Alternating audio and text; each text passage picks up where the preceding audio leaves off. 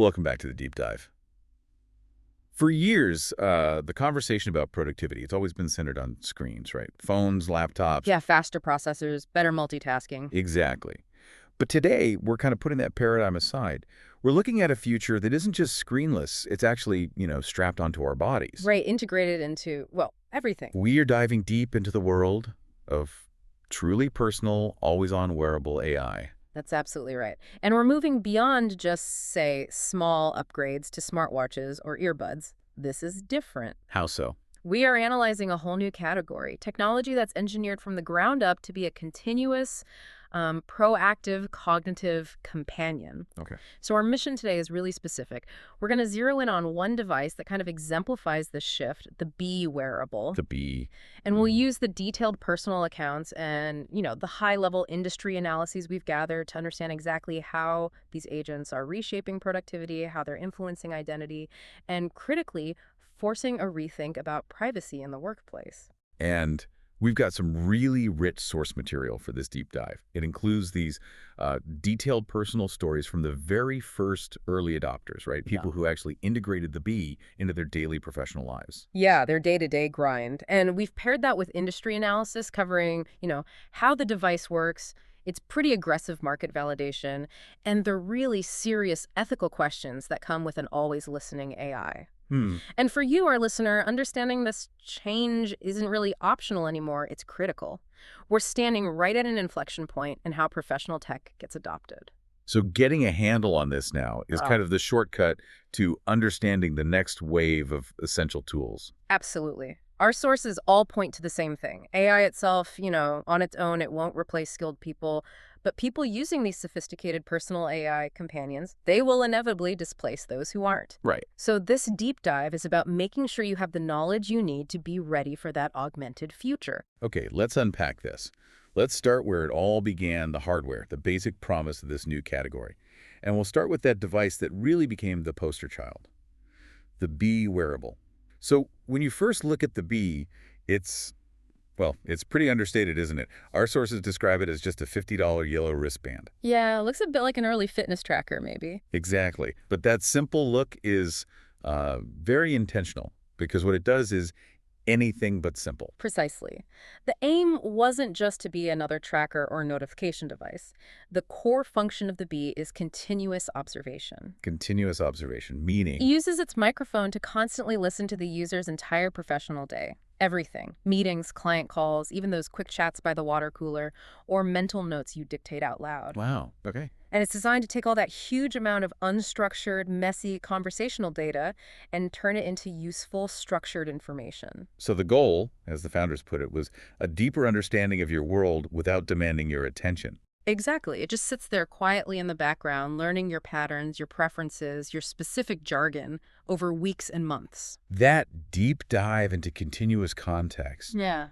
that immediately brings us to this idea of the mini CEO. One of our sources, Stephen, he wrote a lot about this, Yeah, good. likening the experience to literally strapping a tiny executive assistant to his arm. Why mini CEO, though? That's a specific term. It's actually perfect because it gets right at the biggest bottleneck for most professionals today. Cognitive overload.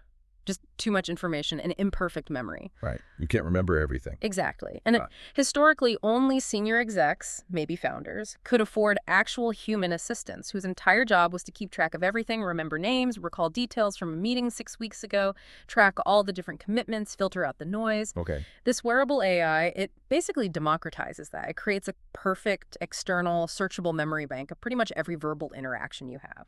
So it doesn't matter if you're entry level or a department head.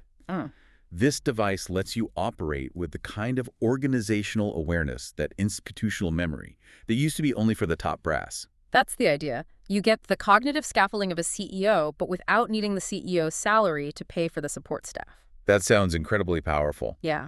But it also sounds like the device itself must be really complex inside. Well, that's the clever part of this first wave. The simple hardware doesn't really show you the complexity of the service behind it. The device itself is fundamentally simple. A microphone-enabled band, maybe a tiny speaker for alerts, one physical button. That's it. So where's all the work happening? It's all outsourced to the cloud. Our sources confirm the B software, the part that does the transcription, the indexing, the synthesizing, it taps into a whole suite of really sophisticated foundational AI models. Like which ones? They specifically mention using services from OpenAI and Google. Mm. You need that level of deep language processing power, not just to transcribe speech accurately, but to pull out complex insights from those transcripts. And it's this cloud-based agentic AI that's the real game changer here, isn't it? We should probably unpack that term, agentic AI. Yeah, absolutely. Agentic AI isn't just about responding to a single one-off command like asking for the weather forecast. Okay. It means the AI maintains this persistent state of awareness. It keeps context, it remembers things about you, about your goals. It can proactively take actions, make suggestions, or even carry out multi-step tasks for you because it understands your longer-term intentions. So it's not just reactive, it's proactive based on knowing you. Exactly. The B started as an iOS-compatible Pioneer edition, and its success really proved that you don't need super complex hardware to run really complex agentic AI. What does it need then? It just needs continuous access and context, information about the user's world. Access and context. Which brings us to the million-dollar question. Oh. What tangible benefits does all this deep listening actually deliver for someone's day-to-day work? Right, the output. This is where you really see the return on investment, especially in cutting out that professional grunt work that just drains everyone's energy. Like meeting admin. That's a big one. Let's start right there.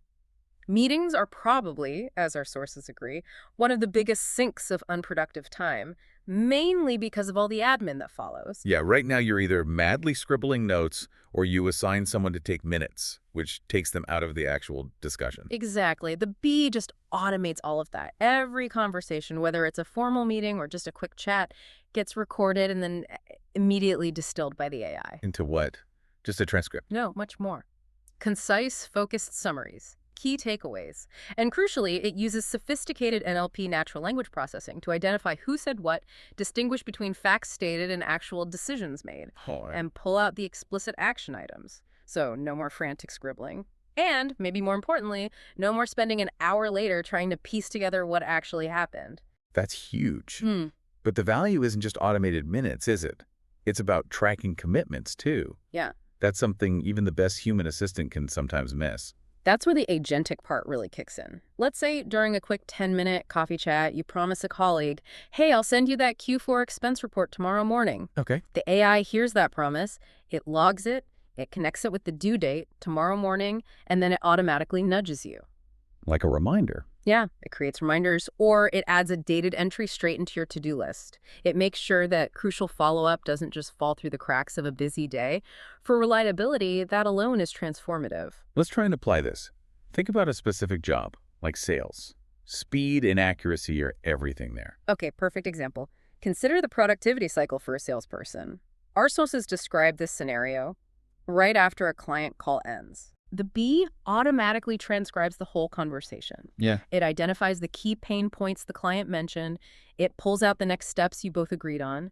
And then, this is the kicker, it logs all of those points directly into the company's CRM system. Automatically, without the salesperson touching anything. Exactly. It can tag the lead status, update the forecast for the deal's close date, maybe even trigger automated follow-up emails using a template, but personalized based on what was actually said in the call. So the salesperson finishes the call, and they can immediately focus on the next call or the next strategy because all that admin burden is just gone. Precisely.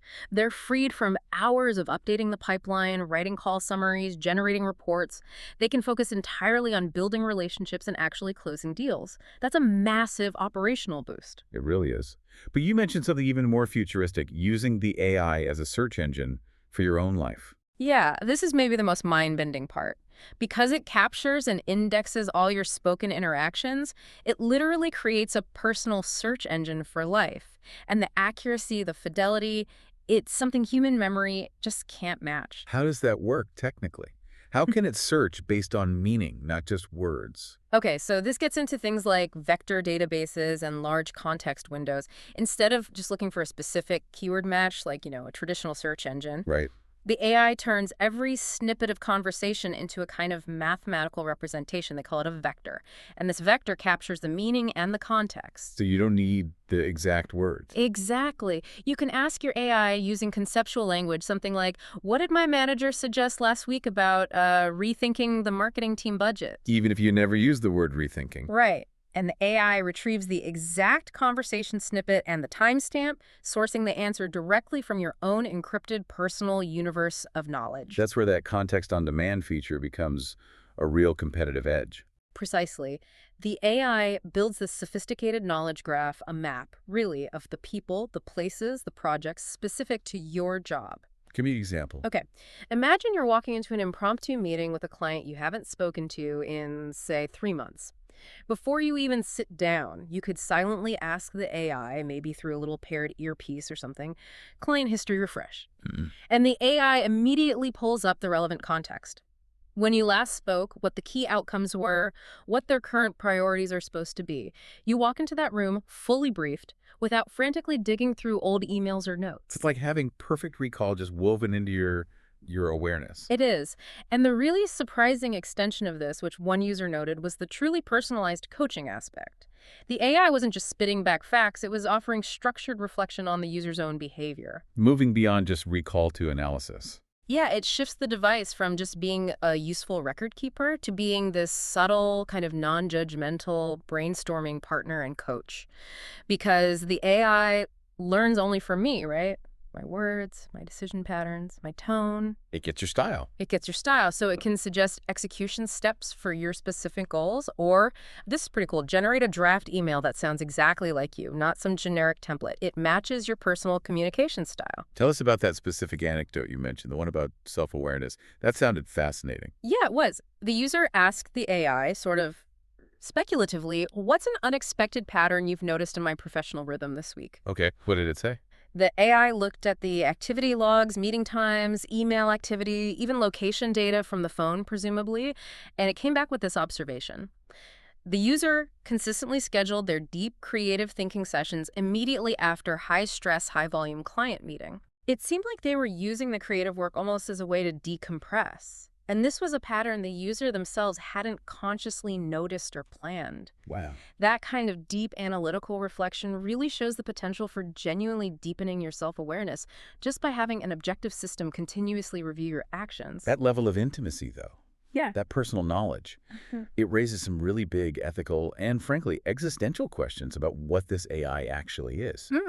Which brings us nicely to the idea of the digital doppelganger. Yeah, we're definitely stepping into what one of our sources called the uncanny valley of personalization, because the bee is constantly observing and logging everything about your professional life, who you meet, where you go, and crucially, how you talk about things, how you express your thoughts and goals. It's building a model. An incredibly high-fidelity model. This isn't just a pile of notes anymore. It's becoming a digital persona, maybe even a digital clone.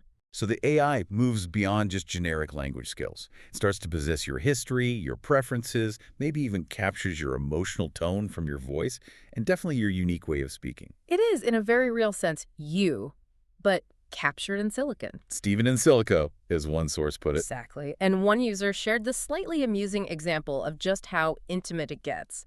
They apparently use the phrase, let's circle back on that, a lot, maybe subconsciously. A bit of corporate jargon. Right. And the AI, during one of these reflective chats, actually pointed this out.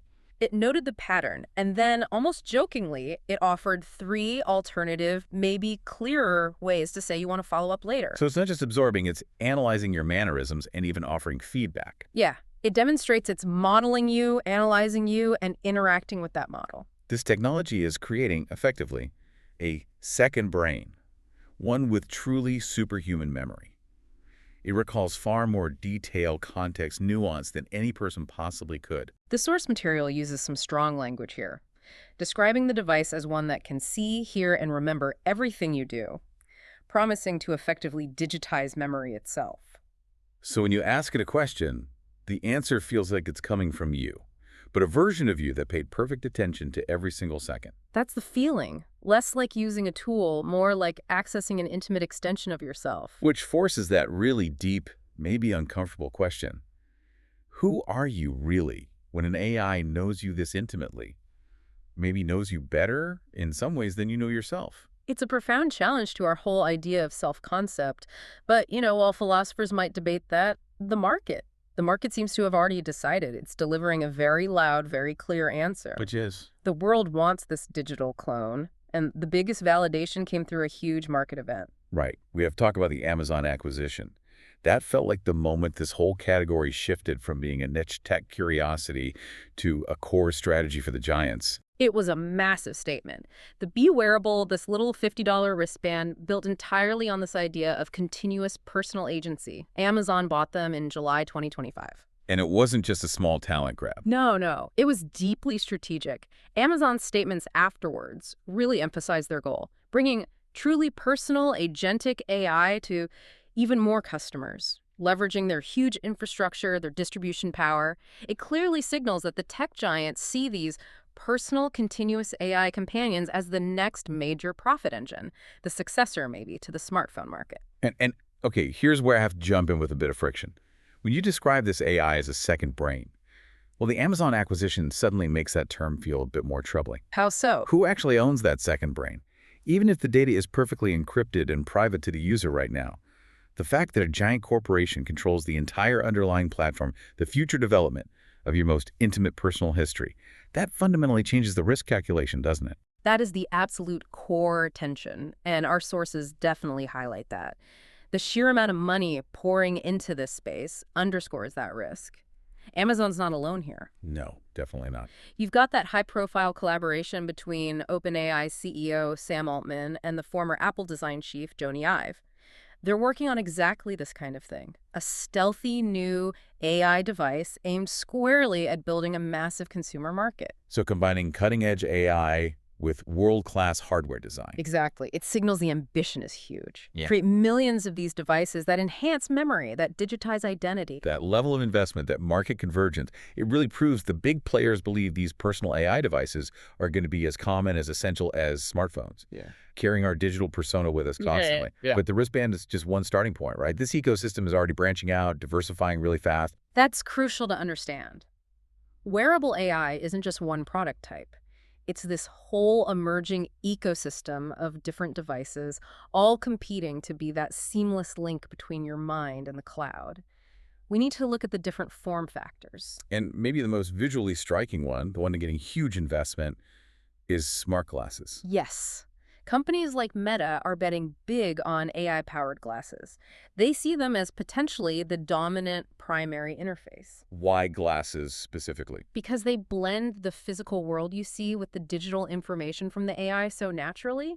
Meta's Ray-Ban smart glasses with the Meta AI built in let you ask questions about objects you're looking at. Right, like what kind of plant is this? Exactly. Or get real-time translations whispered in your ear, or use the camera to understand your surroundings better, all without pulling out your phone. And people seem to be responding to that, even this early. It seems so. The sales growth for Meta's AI glasses, reportedly tripling year over year, suggests people are getting comfortable quickly with having an AI partner right there, augmenting their vision. But the ecosystem has also had its cautionary tales, right? Not everything has worked perfectly.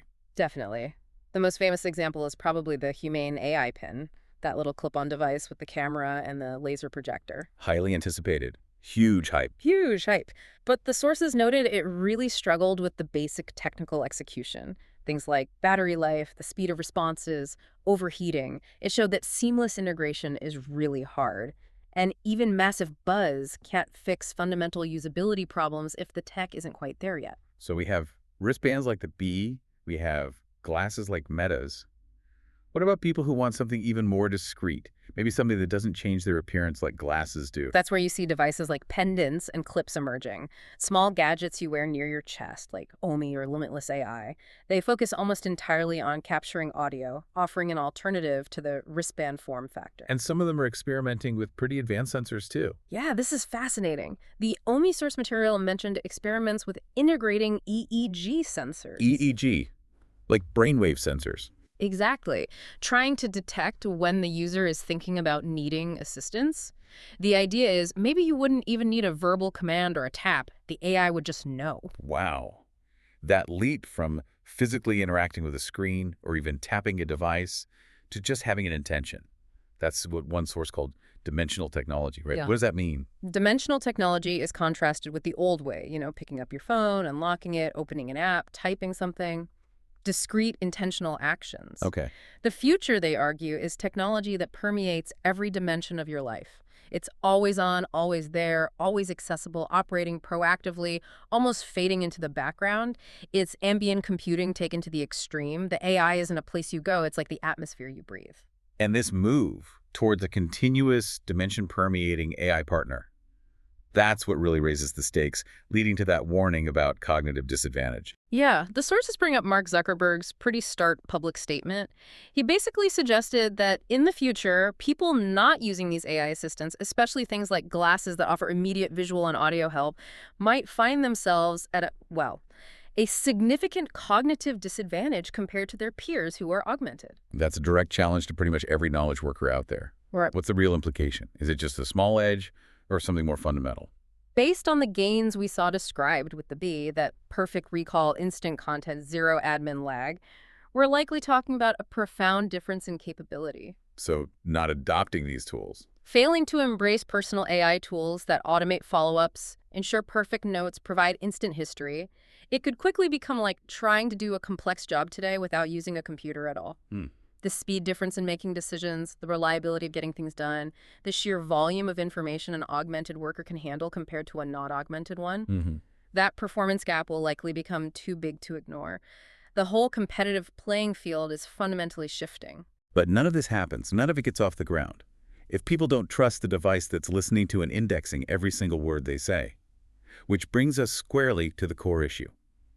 Trust, privacy, and how our social norms have to evolve. Absolutely. That initial gut reaction, the fear of the always listening microphone, that's probably the single biggest barrier to adoption. And it's not just about the user trusting it, right? It's about everyone they interact with trusting it too. Exactly. Colleagues, clients, even family. The manufacturers figured out very quickly that trust built through really transparent design and robust security was going to be the make or break factor for this entire category.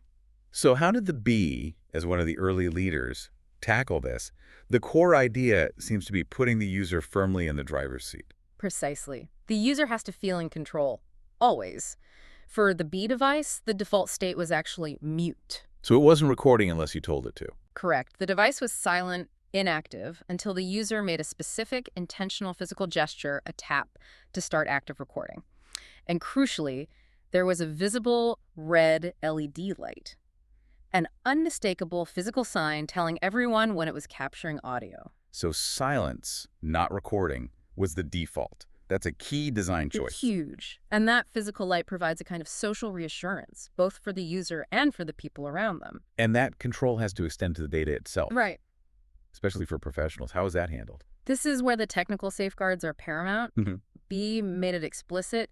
They did not store the raw audio files long-term after the initial processing. What happened to it then? The data gets transcribed and analyzed, often locally on the device if possible, for speed and privacy. And then it's immediately transformed into these encrypted index files. You can't easily reconstruct the original audio from them. And the outputs, the transcripts, the action items. All that resulting data, the summaries, the items for your to-do list, the knowledge graph about your contacts, it's kept strictly private to the user's account and heavily encrypted.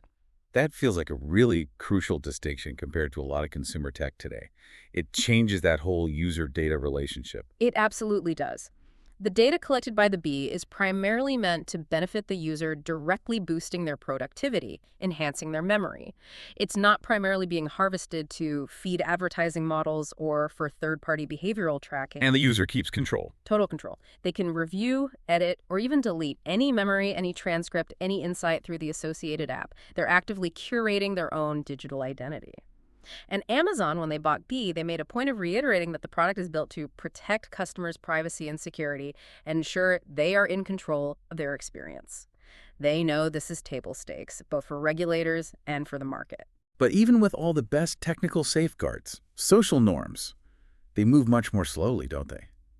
We saw society grapple with smartphones everywhere. Now we have to adjust to a world where potentially everything said could be recorded and searchable later. Yeah, one researcher called this the potential start of a radical transparency era in the workplace. If every meeting, every hallway chat, every decision is logged and findable, it creates a powerful tension. How so? While on one hand, that kind of transparency could really boost accountability, no more arguments about who promised what or what exactly was decided in that meeting. Sure. But on the other hand, there's a very real risk of feeling constantly overtly surveilled. And that could seriously undermine the kind of candid, informal conversations that are often crucial for innovation and just good teamwork. And this is where businesses themselves have to step in, isn't it? Establishing clear rules. Absolutely essential. HR departments, legal teams, they need clear guidelines. Think about the legal implications alone. What happens if there's litigation or a regulatory investigation? If a company encourages or even mandates these devices, does all that recorded data become subject to legal discovery? What are the rules about recording colleagues, especially across different states or countries with different consent laws? The sources really stress the urgent need for enterprise-ready solutions systems that can manage these huge data streams, ensure compliance, handle secure storage, and control who gets access to what. And it also demands just frank conversations between colleagues, right? Treating the device openly as a productivity tool, not some kind of secret spying device. Exactly. Transparency about how it's being used is completely non-negotiable if you want to build that social trust. This whole shift, it's not just about adopting a new piece of tech. It's a profound cultural reset around consent, around candor, around the very nature of how we talk to each other at work. And the time to start adapting is right now. Yeah, we really have to emphasize this conclusion. We are undeniably at an inflection point. The underlying AI tech, the vector indexing, the large language models, the sophisticated analysis, it's mature now. It's reliable enough to genuinely augment our professional capabilities day in, day out.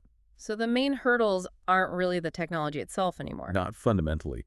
The remaining barriers are mostly about awareness, about organizations getting ready, and just about widespread adoption. And the sources are pretty clear that the competitive advantage you get from adopting this stuff, it's already real, not just some future possibility. Oh, it's absolutely tangible. Think about the difference between two consulting firms. Firm A equips every consultant with an AI companion. They have instant recall of every client conversation, automated summaries of all internal docs, perfect tracking of follow-ups. Okay. Firm B is still relying on manual note-taking, human memory, manual CRM updates. The gap in efficiency and reliability, it just becomes insurmountable fast. Like the shift from file cabinets to networked computers. That's the analogy one source used. Like Right. the difference between an office that got internet in the mid-90s versus one still using fax machines and Rolodexes. The efficiency chasm is just too wide to ignore for long. And here's that fascinating paradox the sources highlighted. As the routines, the note-taking, summarizing, tracking gets offloaded to the AI, Yeah. the human role actually shifts upward. Exactly. We end up focusing more on the strategic decisions, the complex client relationships, the creative problem solving. But higher level work? Ironically, that higher level work generates even more context that needs tracking. More nuanced discussions, more complex projects crossing different teams, faster decision cycles. Our human brains can easily drown in that flood of information. So the personal AI isn't just taking over old tasks. It's becoming essential to manage the new complexities that arise when those old tasks are gone. Perfectly put. It fills that information overflow gap.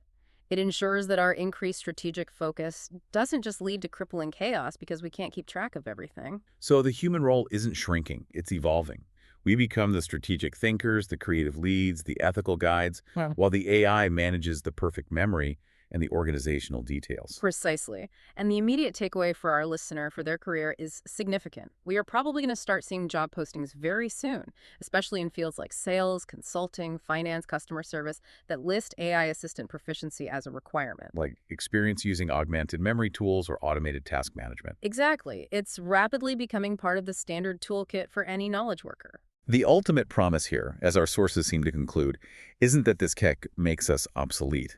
It's that it makes us augmented, empowered, and ready for whatever comes next. Right. It's about having a loyal AI partner that handles the drudgery, freeing up our finite human attention to work smarter, more strategically, and hopefully with fewer simple mistakes. Oh. Hashtag tag outro. So this deep dive has really shown how wearable AI, like the bee, is pushing us to externalize our memory, our organizational skills, and maybe even a part of our professional identity into this persistent digital form.